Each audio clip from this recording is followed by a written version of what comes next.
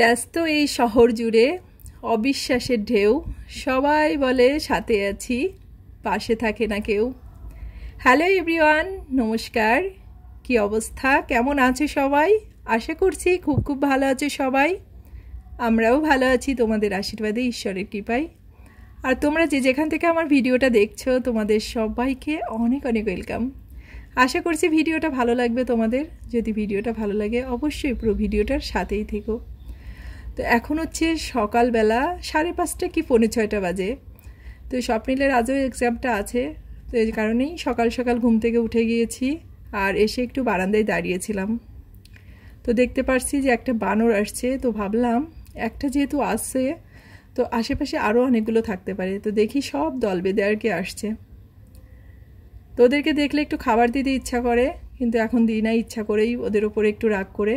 কারণ আজকে খাবার দিলে কালকে আসবে, আর কালকে এসে যদি খাবারটা না পাই তাহলে যা পাবে সেটা আর কি নষ্ট করে ফেলে রেখে যাবে। বিশেষ করে বারান্দাতে আমার যে তুলসী গাছটা আছে সেটাকে তো কোনোভাবেই মাপ করবে না, সেটা উপড়িয়ে ছিঁড়ে রেখে তারপর যাবে। তারপর ওই যে সকালবেলা তোমাদের সাথে ভিডিওটা করলাম, তারপর আর একটুও কন্টিনিউ করতে পারিনি। স্বপ্নিলকে পড়িয়ে সকালে কোনো রকম নাস্তাটাকে বানিয়েই ওকে আর কি স্কুলে নিয়ে গিয়েছিলাম। তো এখন হচ্ছে দুপুরবেলা। তো বেশ কিছু আর কি শুকনা মরিচ ছিল, স্বপ্নিলের পাপা এনেছিল, বেশ কয়েক মাস হয়ে গেছে। তো আমাদের হচ্ছে মরিচের গুঁড়া, হলুদের গুঁড়া এগুলো মিলের থেকে কিনে নিয়ে আসে। তো স্বপ্নিলের পাপা বলল যেহেতু অনেকগুলো শুকনা মরিচ আছে তো ওগুলোকে রোদ্রে দিও, মিল থেকে আর কি গুঁড়ো করে এনে দিব না। এ কারণেই মরিচগুলোকে আর কি রোদ্রে দিলাম। আর এখন হচ্ছে দুপুরে রান্নাটা করব, কারণ আজকে সকালে রান্নাটা করতে পারিনি, গ্যাসটা বন্ধ হয়ে গেছিলো। তো এখন দুপুরবেলা এই যে একটু চাল কুমড়ো কেটে নিয়েছি ঝুড়ি ঝুড়ি করে, ওটাকে আর কি লবণ দিয়ে মেখে রেখেছিলাম। তো বেশ অনেকটাই হচ্ছে জল বেরিয়ে গেছে। তো স্বপ্নিলের পাপা চাল কুমড়োটা খুব একটা পছন্দ করে না, কিন্তু আমার না বেশ ভালো লাগে। নিরামিষভাবে রান্না করলেও ভালো লাগে, আবার মাছের মাথা দিয়েও রান্না করলে ভালো লাগে।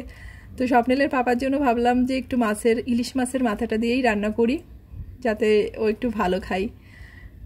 তো এই চাল কুমড়োটা হচ্ছে আমার মায়ের হাতের লাগানো গাছের চাল কুমড়ো, এটা কিনে আনা চাল কুমড়োটা না। তো এর প্রতি একটু ভালোবাসা অন্যরকম।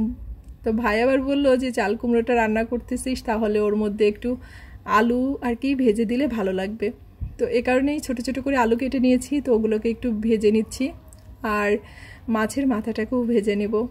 তো এই পাশের চুলায় আবার ভাতটা বসিয়ে দিয়েছিলাম। তো জলটা গরম হয়ে গেছে, চালটাকে ধুয়ে আর কি দিয়ে দিলাম। তো গরম জলের মধ্যে না চালটা দিতে গেলে অবশ্যই সবাই সাবধানে দিবে, কারণ গতকালই আমার আর কি জলটা ছিটে মুখে লেগেছে আর হাতে লেগেছে। আর এই গরম জলের মধ্যে চালটাকে অবশ্যই হাতা দিয়ে দেওয়া উচিত, একবারে ঢেলে দিতে গেলে দেখা যায় গায়ে ছিটে এসে লাগতে পারে। তো যাই হোক, ভাতটাকে বসিয়ে দিয়েছি পাশের চুলাতে, আর এই যে মাছের মাথাগুলোকে এখন সুন্দর করে একটু ভেজে নিচ্ছি। আর আমি ভাবলাম যে চাল কুমড়োটা আমি যেভাবে রান্না করি তোমাদের সাথে একটু শেয়ার করি, কারণ অনেকেই জানে চাল কুমড়োটা, বেশিরভাগ সবাই জানে যে চাল কুমড়োটা কীভাবে রান্না করতে হয়। তারপরেও দেখা যায় যে এক একজনের রান্না এক এক রকম হয় অনেক সময়, এই কারণে ভাবলাম একটু রেসিপিটা শেয়ার করি। তো ওই যে মাছের মাথাটা ভেজে উঠিয়ে নিয়েছি, আর তেলের মধ্যে এখন একটু শুকনা মরিচ আর জিরা ফোড়ন দিয়ে দিলাম, আবার কতগুলো কাঁচামরিচ ফোড়ন দিয়ে দিলাম। এখন যে চাল কুমড়োটা কেটে রেখেছিলাম, আর ওই চাল কুমড়োটা তো লবণ দিয়ে মেখে রেখেছিলাম, এই জন্য ভালো করে চিপে চিপে জলটাকে ফেলে দিয়ে আর কি চাল কুমড়োটাকে কড়াইয়ে দিয়ে দিয়ে এখন একটু লবণ আর হলুদ দিয়ে ঢেকে দেবো নাড়াচাড়া করে। আর লবণটা এই ক্ষেত্রে সাবধানে দিব, কারণ আগে একবার মেখে রেখেছিলাম তো লবণ দিয়ে, এই জন্য এখন একটু কম করে দিব, পরে আর কি একটু দেখে দিব যে আসলে লবণটা লাগবে কি না। তো এখন একটু ভালো করে নাড়াচাড়া করব, করে ঢাকা দিয়ে রান্না করব। সবাই রান্না করি আমরা যারা হাউসওয়াইফরা আছি, কারণ আমরা ডেলি ব্লগার বা যারা এই ভিডিওগুলো দেখি, ব্লগ ভিডিওগুলো, আমার মনে হয় বেশিরভাগই সবাই থাকে হাউসওয়াইফ। তো সবাই আর কি কম বেশি জানে রান্নাটা। তবে সবাই রান্না জানলেও কিন্তু দেখবা যে এক এক অঞ্চল বা এক একজনের রান্না এক এক রকম হয়, আবার একই জায়গার মানুষের রান্নার কিন্তু সবার একরকম হয় না। তো যাই হোক, আমি যেভাবে রান্নাটা করছি সেভাবেই ভাবলাম তোমাদের সাথে একটু শেয়ার করি। তো ওইদিকে চাল কুমড়োটা ঢেকে বেশ খানিকক্ষণ সময় আর কি ঢাকনা উঠিয়ে নাড়াচাড়া করে যে অনেকটাই হয়ে আসছে। তো এখন এর মধ্যে হচ্ছে আলু ভাজাটা আর মাছের মাথাটাকে দিয়ে দিলাম। তো মাছের মাথাটাকে এইভাবেই দিয়ে দিলাম, কারণ এটা নাড়াচাড়া করতে করতে অনেকটাই ভেঙে যাবে। তো এই জন্য আলাদাভাবে আর কি ভেঙে দিলাম না। আর বেশি ভেঙে দিতে গেলে কি হবে, কাটা কাটা হয়ে যাবে, তখন আর কি স্বপ্নিলকে খাওয়াতে গেলে একটু প্রবলেম হবে। তো এ কারণেই এটাকে হচ্ছে এই একটু হালকা মানে অল্প করে ভেঙে দেব। তো এভাবে চাল কুমড়োটাকে একটু নাড়াচাড়া করে আর এখন একটু চিনি দিয়ে দেব। তবে চিনিটা একটু বেশি পরিমাণেই দিব, মানে যতটা আর কি দিই তার থেকে একটু বেশি দেব, কারণ চাল কুমড়োটা তো একটু পানসে পানসে টাইপের তরকারি, আর এই তরকারিটা একটু রাত্রে রুটির সাথে খাওয়া হবে, সে কারণে একটু চিনিটা বেশি করে দিলাম। তো চাল কুমড়োটা খেতে কিন্তু অনেক স্বাদ হয়েছিল। এখন হচ্ছে চাল কুমড়োটাকে নামিয়ে নেব। আর এই যে দেখো আলুটাও কিন্তু গলে গেছে, আর আলুটা তো ভাজা ছিল, এই কারণে বেশি সময়টা লাগেনি মানে নরম হতে। তো এখন এই চাল কুমড়োটাকে নামিয়ে মাছটাকে রান্না করে নেব। তো আজকে হচ্ছে কই মাছ রান্না করব।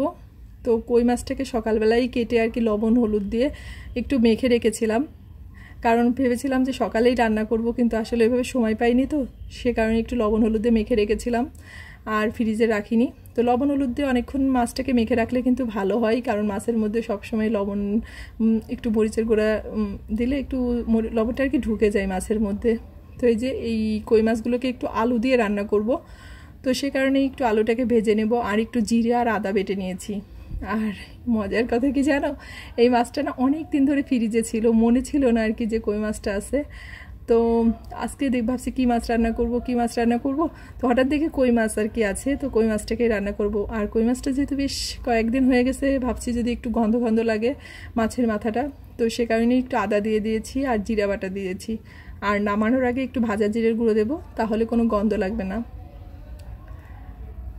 তো এখন হচ্ছে ঝোলটাকে ফুটে গিয়েছে, এখন মাছটাকে দিয়ে আর একটু ভালো করে জাল দেব, দিয়ে ঝোলটাকে একদমই অল্প করে রাখবো, মানে একটু তেল তেল ভাব হবে ঝোলটা, তাহলে মাছটা খেতে কিন্তু বেশি ভালো লাগবে। আর আমার কাছে মনে হয় যখন টাটকা ফ্রেশ মাছটা থাকে তখন একটু পাতলা ঝোল হলেও খেতে ভালো লাগে, কিন্তু বেশি দিন হয়ে গেলে ফ্রিজের মাছগুলো তখন একটু দেখে শুনে আর কি বুঝে হিসাব করে রান্না করতে হয়, না হলে খেতে ভালো লাগে না। তো আমার এই যে কই মাছটা রান্না হয়ে গেছে, এখন হচ্ছে স্বপ্নিলকে খাবারটা দিয়ে দিব। আর সত্যি কথা বলতে কি, কই মাছটা খেতে অনেক সুস্বাদু হয়েছিল, তোমরা কালারটা দেখে একটা আইডিয়া করতে পারবে।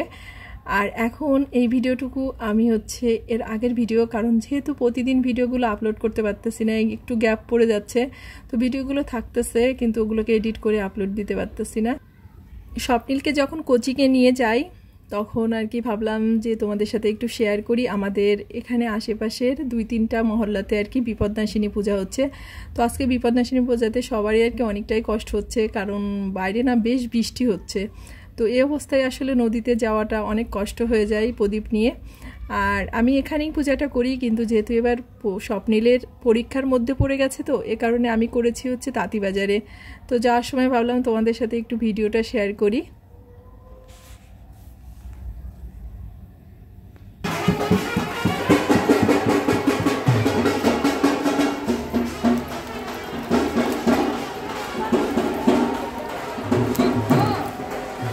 তো এই যে সবাই আর কি নদীতে যাচ্ছে, অনেক জায়গায় আর কি পূজাটা শেষ হয়ে গেছে, তো সবাই আর কি নদীতে যাচ্ছে। আর এই যে আমি যেতে যেতে আমার এই যে এই সাইডটা তো আরেকটা পূজা হচ্ছে। তো সবাই ভালো থেকো, সুস্থ থেকো আর সাবধানে থেকো। ভিডিওটা যদি ভালো লাগে অবশ্যই লাইক কমেন্ট শেয়ার করতে ভুলো না। ভালো থেকো সবাই। আর যারা নতুন আছো, আজই প্রথম আমার ভিডিওটা দেখছো, তোমাদের কাছে ছোট্ট একটা রিকোয়েস্ট, যদি কোথাও এতটুকুও ভালো লেগে থাকে অবশ্যই চ্যানেলটাকে সাবস্ক্রাইব করে আমার পাশে থেকে আমাকে সাপোর্ট করো, উৎসাহ দিও। ভালো থেকো সবাই, তোমাদের সাথে দেখা হচ্ছে আমার পরবর্তী ভিডিওতে।